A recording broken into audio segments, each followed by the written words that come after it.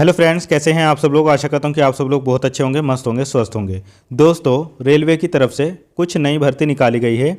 जो various post है वो आइसोलेटेड कैटेगरी में जो भर्ती आती है हर साल रेलवे की तरफ से, वही भर्तियां है। ये 300 प्लस भर्तियां हैं और इसमें दिव्यांगजन भी अप्लाई कर सकते हैं। अब देखो, आप ये चीज़ बार बार कमेंट में नहीं पूछना कि क्या हम कर सकते हैं, क्या हम कर सकते हैं। मैं यहाँ पर आपको वीडियो में बता रहा हूँ आपको, तो ध्यान से देख लीजिए कौन कौन इसमें अप्लाई कर सकते हैं। वो यहाँ पर बहुत ध्यान से देख लीजिए, मैं सभी के लिए यहाँ पर बताने वाला हूँ। अगर आप एलिजिबल है और आपके पास में इससे रिलेटेड क्वालिफिकेशन है तो आप इसमें अप्लाई ज़रूर कर देना। कुछ पोस्ट ऐसी है, अगर उसमें आपके पास में 12th भी है तो अप्लाई कर सकते हैं। बस आपका 12th जो है वो साइंस साइड से होना चाहिए, फिजिक्स केमिस्ट्री आपका सब्जेक्ट रहा हो। ठीक है, तो ये सारी चीज़ें हैं, यहाँ पर बहुत ध्यान से देखना। इस वीडियो में सारे डाउट आपके क्लियर कर दूंगा। बस प्लीज़ आप वीडियो को ध्यान से देखा करो, सब कुछ समझ आएगा आपके। ठीक है, चैनल पर नए हो तो चैनल को सब्सक्राइब ज़रूर कर लो और अपने दोस्तों तक वीडियो को शेयर ज़रूर कर दिया करो। चलो शुरू करते हैं हम लोग आज का वीडियो। देखो दोस्तों, ये भर्तियां जो है ये आइसोलेटेड कैटेगरी वाली भर्तियां हैं। तो इसके फॉर्म फिल होना शुरू हो गए हैं। इसके फॉर्म भरे जा रहे हैं 30/12/2025 से और ये 29/1/2026 तक इसके फॉर्म भरे जाएंगे। मतलब 29 जनवरी 2026 तक फॉर्म भरे जाएंगे और फीस पेमेंट आप कर सकते हैं 31 जनवरी 2026 तक। अगर आपके फॉर्म में किसी प्रकार की कोई गलती हो जाती है तो वो भी 1 फरवरी 2026 से 10 फरवरी 2026 के बीच में आप सुधार कर सकते हैं। बाकी जो दिव्यांग साथी स्क्राइब वगैरह लेंगे तो वो पोर्टल पर 11 फरवरी 2026 से 15 फरवरी 2026 तक अपने स्क्राइब की डिटेल वगैरह वहाँ पर भर सकते हैं। यहाँ पर देखो कई अलग अलग पोस्टें हैं, जैसे चीफ लॉ असिस्टेंट की पोस्ट है। इसके लिए पे लेवल 7 मिलेगा, मतलब 44,900 से आपकी शुरुआत हो जाएगी और इसमें C1 मेडिकल रहेगा और यहाँ पर 18 से 40 वर्ष एज मांगी गई है। यहाँ पर 22 पोस्ट है। फिर पब्लिक प्रोसिक्यूटर की पोस्टें हैं, इसमें भी पे लेवल 7 ही रहेगा और यहाँ पर 18 से 32 वर्ष एज मांगी गई है। इसकी यहाँ पर 7 पोस्ट है। फिर जूनियर ट्रांसलेटर हिंदी, इसके लिए पे लेवल 6 रहेगा, 35,400 से आपकी शुरुआत होगी और इसके लिए एज जो है वो 18 से 33 वर्ष मांगी गई है। 202 पोस्टें हैं यहाँ पर। फिर इसके बाद में है सीनियर पब्लिसिटी इंस्पेक्टर, इसके लिए यहाँ पर पे लेवल 6 ही रहेगा और इसमें 18 से 33 वर्ष एज मांगी गई है और यहाँ पर 15 पोस्टें हैं। फिर इसके बाद में है स्टाफ एंड वेलफेयर इंस्पेक्टर, इसके लिए भी पे लेवल 6 रहेगा और इसमें भी 18 से 33 वर्ष एज मांगी गई है। 24 पोस्टें हैं यहाँ पर। फिर साइंटिफिक असिस्टेंट ट्रेनिंग, इसकी पोस्टें हैं तो इसके लिए भी पे लेवल 6 रहेगा और यहाँ पर B1 मेडिकल है और 18 से 35 वर्ष एज मांगी गई है। 2 पोस्टें हैं। फिर इसके बाद में लैब असिस्टेंट ग्रेड 3rd की पोस्टें हैं, इसके लिए पे लेवल 2 रहेगा और इसमें 18 से 30 वर्ष एज मांगी गई है। इसकी यहाँ पर 39 पोस्टें हैं। फिर साइंटिफिक सुपरवाइज़र और एर्गोनॉमिक्स एंड ट्रेनिंग की भी पोस्टें हैं और इसके लिए पे लेवल 7 रहेगा और इसमें 18 से 35 वर्ष एज मांगी गई है। इसके लिए यहाँ पर 1 पोस्ट है। तो टोटल यहाँ पर 312 पोस्टें हैं। अब आगे मैं बताऊँगा कि दिव्यांगजनों की कितनी पोस्ट है। अब देखो, अभी जो मैंने एज आपको बताई है तो उसमें भी आपको यानी दिव्यांगजनों को एज में रिलैक्सेशन दिया जाएगा। अगर आप PWD UR या EWS के तो यहाँ पर 10 वर्ष का रिलैक्सेशन दिया जाएगा। आप OBC से बिलोंग करते हैं तो यहाँ पर आपको 13 ईयर्स का रिलैक्सेशन दिया जाएगा और आप यहाँ पर PWD SC ST वाले हैं तो आपको यहाँ पर 15 ईयर्स का एज में रिलैक्सेशन दिया जाएगा। इन फॉर्म को अप्लाई करने के लिए यहाँ पर जनरल, EWS, OBC इन सब की यहाँ पर 500 रुपये फ़ीस लगेगी। लेकिन SC ST या फीमेल या ट्रांसजेंडर या एक्स सर्विसमैन या दिव्यांगजन हैं तो उनकी यहाँ पर 250 रुपये फ़ीस लगेगी। जब आप स्टेज 1 का एग्ज़ाम दे देते हैं तो उसमें ये फ़ीस भी आपकी रिटर्न हो जाती है। अब देखो, यहाँ पर देख लेते हैं कि किस पोस्ट के लिए कौन दिव्यांगजन अप्लाई कर सकते हैं और क्या क्वालिफिकेशन मांगी गई है। देखो, जो चीफ लॉ असिस्टेंट की पोस्ट है उसके लिए अगर आप टोटली ब्लाइंड या लो विज़न हैं तो अप्लाई कर सकते हैं। आप कमेंट में ये चीज़ नहीं पूछना कि क्या हम अप्लाई कर सकते हैं, क्या नहीं कर सकते हैं। यहाँ पर देख लो, मैं सब कुछ बता रहा हूँ। अगर आप टोटली ब्लाइंड है, आपको देखने में दिक्कत है, टोटली रूप से बिल्कुल नहीं देख सकते तो भी अप्लाई कर सकते हैं। और अगर आपको थोड़ा बहुत दिखता है, मतलब लो विज़न है, तो भी आप अप्लाई कर सकते हैं। यहाँ पर HI वाले अप्लाई नहीं कर सकते, वो डेफ हो या HH वाले हो। और लोकोमोटर डिसेबिलिटी में, लोकोमोटर डिसेबिलिटी कह दो या OH कह दो, एक ही बात है। इसमें बहुत लोग कन्फ्यूज़न हो रहे हैं। तो देखो, लोकोमोटर डिसेबिलिटी में आप OA हो या OL हो या BL हो या OAL हो या LCDW AAV या SGSI वाले हो तो अप्लाई कर सकते हो। मतलब LD कैटेगरी वाले अप्लाई कर सकते हैं। अदर वाले नहीं कर सकते और कोई मल्टीपल डिसेबल्ड है तो अप्लाई कर सकते हैं। इस पोस्ट के लिए आपके पास में डिग्री होनी चाहिए लॉ में with 3 years standing practice as a pleader at bar. ये सारी चीज़ें अगर आपके पास में है, 5 years का एक्सपीरियंस वगैरह भी है, तो आप इस पोस्ट के लिए अप्लाई कर सकते हो। दोस्तों इसके बाद में है अगली पोस्ट यहाँ पर पब्लिक प्रोसिक्यूटर। इसके लिए अगर आप टोटली ब्लाइंड है या लो विज़न है तो अप्लाई कर सकते हैं। बाकी एचएच वाले यहाँ पर भी नहीं कर सकते, एचए वाले और एलडी कैटेगरी वाले अप्लाई कर सकते हैं, जिसमें अगर आपके एक हाथ में दिक्कत है, एक पैर में दिक्कत है, या एक हाथ एक पैर में दिक्कत है, या दोनों पैरों में, या एलसी डीडब्ल्यू एएवी एचडीएसआई वाले हैं तो अप्लाई कर सकते हैं। मल्टीपल डिसेबिलिटी वाले अप्लाई कर सकते हैं। इसमें अप्लाई करने के लिए आपके पास में graduation with bachelor degree in law में होनी चाहिए, तो आप इसमें अप्लाई कर सकते हो। और 5 years का standing as an advocate at bar का एक्सपीरियंस भी होना चाहिए। अब देखो अगली पोस्ट है यहाँ पर जूनियर ट्रांसलेटर हिंदी। इसके लिए अगर आप टोटली ब्लाइंड है या लो विज़न है तो अप्लाई कर सकते हैं, और डेफ एचएच वाले हैं तो भी आप अप्लाई कर सकते हैं।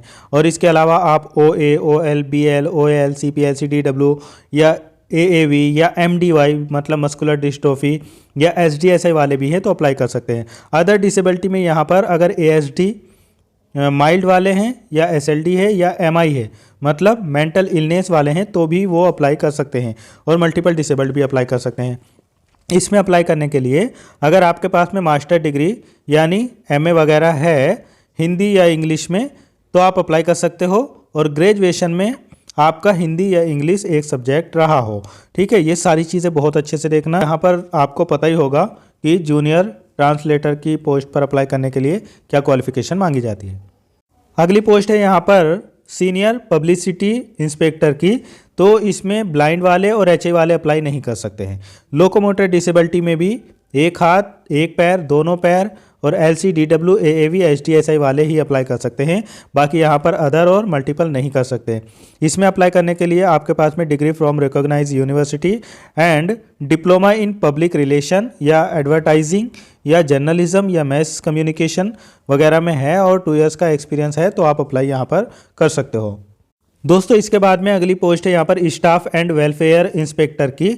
इसमें ब्लाइंड और एचआई वाले नहीं अप्लाई कर सकते हैं। एलडी कैटेगरी में भी केवल डाउन सिंड्रोम, एएवी, एचडीएसआई वाले ही अप्लाई कर सकते हैं, बाकी और कोई अप्लाई नहीं कर सकते हैं। इसके लिए आपके पास में graduation plus 1 year of the following qualification जैसे डिप्लोमा इन लेबर या सोशल वेलफेयर या डिप्लोमा इन लेबर लॉ या LLM with paper in labour law में, या इसके अलावा एमबीए वगैरह अगर आपने किया है तो आप यहाँ पर अप्लाई कर सकते हो।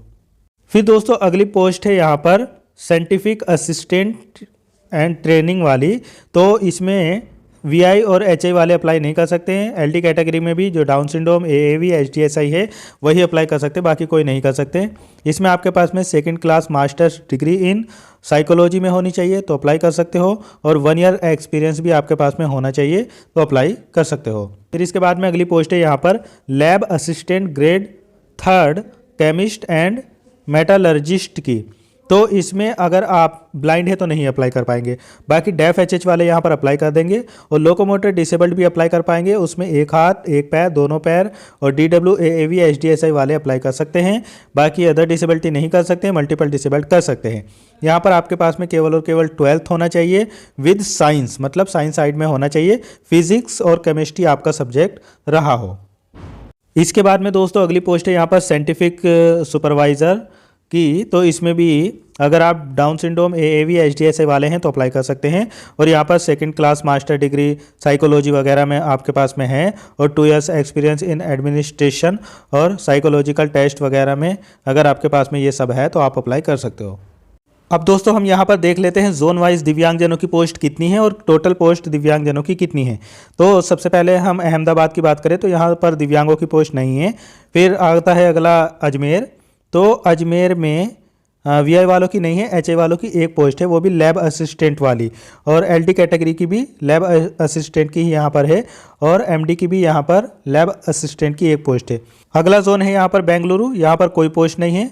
फिर भोपाल, भोपाल में भी दिव्यांगों की अलग से कोई पोस्ट नहीं है। फिर अगला है यहाँ पर भुवनेश्वर, भुवनेश्वर में वीआई वालों की एक पोस्ट है, वो भी जूनियर ट्रांसलेटर हिंदी। तो जूनियर ट्रांसलेटर में अगर कोई भुवनेश्वर से करना चाहता है ब्लाइंड वाले तो वो अप्लाई कर सकते हैं, एचआई वालों की नहीं है। LD कैटेगरी वालों की यहाँ पर 2 पोस्टें हैं, एक तो सीनियर पब्लिसिटी इंस्पेक्टर की और एक है लैब असिस्टेंट वाली। तो 2 पोस्टें हैं लोकोमोटर डिसेबल्ड की भुवनेश्वर में। फिर इसके बाद में आता है बिलासपुर, यहाँ पर दिव्यांगों की कोई पोस्ट नहीं है। फिर अगला है यहाँ पर चंडीगढ़, चंडीगढ़ में VI वालों की 1 पोस्ट है, वो भी चीफ लॉ असिस्टेंट की, और HI वालों की 1 है जूनियर ट्रांसलेटर हिंदी, और लोकोमोटर डिसेबल्ड की भी नहीं है और MD वगैरह की भी किसी की यहाँ पर नहीं है। फिर अगला जोन है यहाँ पर चेन्नई, तो चेन्नई में VI वालों की नहीं है, HI वालों की 1 पोस्ट है जूनियर ट्रांसलेटर वाली, और LD कैटेगरी की भी 1 पोस्ट है स्टाफ एंड वेलफेयर इंस्पेक्टर वाली, बाकी और किसी की यहाँ पर नहीं है। फिर अगला जोन है यहाँ पर गोरखपुर, गोरखपुर में VI वालों की 1 पोस्ट है जूनियर ट्रांसलेटर की, और HI वालों की तो नहीं है। लोकोमोटर डिसेबल्ड की 1 पोस्ट है यहाँ पर साइंटिफिक असिस्टेंट की। इसके बाद में अगला जोन है यहाँ पर गुवाहाटी, तो गुवाहाटी में HI वालों की 1 पोस्ट है जूनियर ट्रांसलेटर हिंदी की, बाकी और किसी की यहाँ पर पोस्ट नहीं है। दोस्तों अगला जोन है यहाँ पर कोलकाता, कोलकाता में VI वालों की 1 पोस्ट तो है जूनियर ट्रांसलेटर हिंदी की, और इसके अलावा हाँ 1 ही पोस्ट है VI वालों की। फिर HI वालों की यहाँ पर पोस्ट नहीं है। लोकोमोटर डिसेबल्ड की 1 पोस्ट है चीफ लॉ असिस्टेंट की, और इसके अलावा 1 पोस्ट है स्टाफ एंड वेलफेयर इंस्पेक्टर की, और 1 पोस्ट है लैब असिस्टेंट की। तो कोलकाता में LD वालों की टोटल 3 पोस्टें हैं, बाकी और किसी की नहीं है। अगला जोन है यहाँ पर RRB मुंबई, यहाँ पर VI वालों की 1 पोस्ट है जूनियर ट्रांसलेटर की, और HI वालों की यहाँ पर 1 पोस्ट है जूनियर ट्रांसलेटर की, और इसके अलावा अगर हम देखें तो LD कैटेगरी में भी 1 पोस्ट है यहाँ पर जूनियर ट्रांसलेटर की, बाकी और किसी की यहाँ पर नहीं है। फिर इसके बाद में अगला जोन आता है पटना, पटना में VI वालों की 1 पोस्ट है जूनियर ट्रांसलेटर की, और इसके अलावा HI वालों की नहीं है। LD वालों की भी यहाँ पर कोई पोस्ट नहीं है। LD वालों की गोरखपुर जोन में 1 पोस्ट बैकलॉग की है, साइंटिफिक सुपरवाइज़र वाली जो पोस्टें हैं उसमें LD वालों की 1 पोस्ट बैकलॉग में है। इस तरीके से अगर हम सभी जोन में देखें तो दिव्यांगजनों की टोटल पोस्ट जो है वो VI वालों की 6 पोस्टें हैं, HI वालों की 5 पोस्ट है, और लोकोमोटर डिसेबल्ड की 9 पोस्टें हैं, और MD वालों की यहाँ पर 1 पोस्ट है। बाकी बैकलॉग में LD वालों की 1 पोस्ट है। बाकी यहाँ पर अदर डिसेबल्ड की अलग से पोस्ट नहीं है, पर जिस पोस्ट के लिए मैंने पीछे बताया था कि एलिजिबल है AHD वगैरह वाले, तो वो उस पोस्ट के लिए अप्लाई कर सकते हैं। दोस्तों इसका एग्ज़ाम पैटर्न भी समझ लो। आपका जो पेपर होगा इसमें, तो सबसे पहले आपके सामने आएगा प्रोफेशनल एबिलिटी के क्वेश्चन, और ये 50 क्वेश्चन होंगे जो 50 मार्क्स के होंगे। फिर जनरल अवेयरनेस के क्वेश्चन पूछे जाएंगे जो 15 क्वेश्चन होंगे, 15 मार्क्स के होंगे, और जनरल इंटेलिजेंस एंड रीजनिंग के क्वेश्चन पूछे जाएंगे जो 15 क्वेश्चन होंगे, वो भी 15 मार्क्स के होंगे। मैथमेटिक्स के यहाँ पर 10 क्वेश्चन पूछे जाएंगे जो 10 मार्क्स के होंगे, और जनरल साइंस के भी यहाँ पर 10 क्वेश्चन पूछे जाएंगे जो 10 मार्क्स के होंगे। इस तरीके से टोटल क्वेश्चन जो होंगे वो 100 होंगे, और यहाँ पर ये 100 ही मार्क्स के होंगे। ध्यान रखने वाली बात यह है कि यहाँ पर भी निगेटिव मार्किंग रहेगी 1/3 की। वैसे यहाँ पर डिटेल में भी सिलेबस दिया हुआ है, अगर आप चाहो तो इसको भी देख सकते हो। बाकी जो SC पोस्टें हैं जो ट्रांसलेटर वगैरह की है, तो उसमें आपका जो ट्रांसलेटर वगैरह जो करवाया जाएगा वो एक अलग चीज़ है।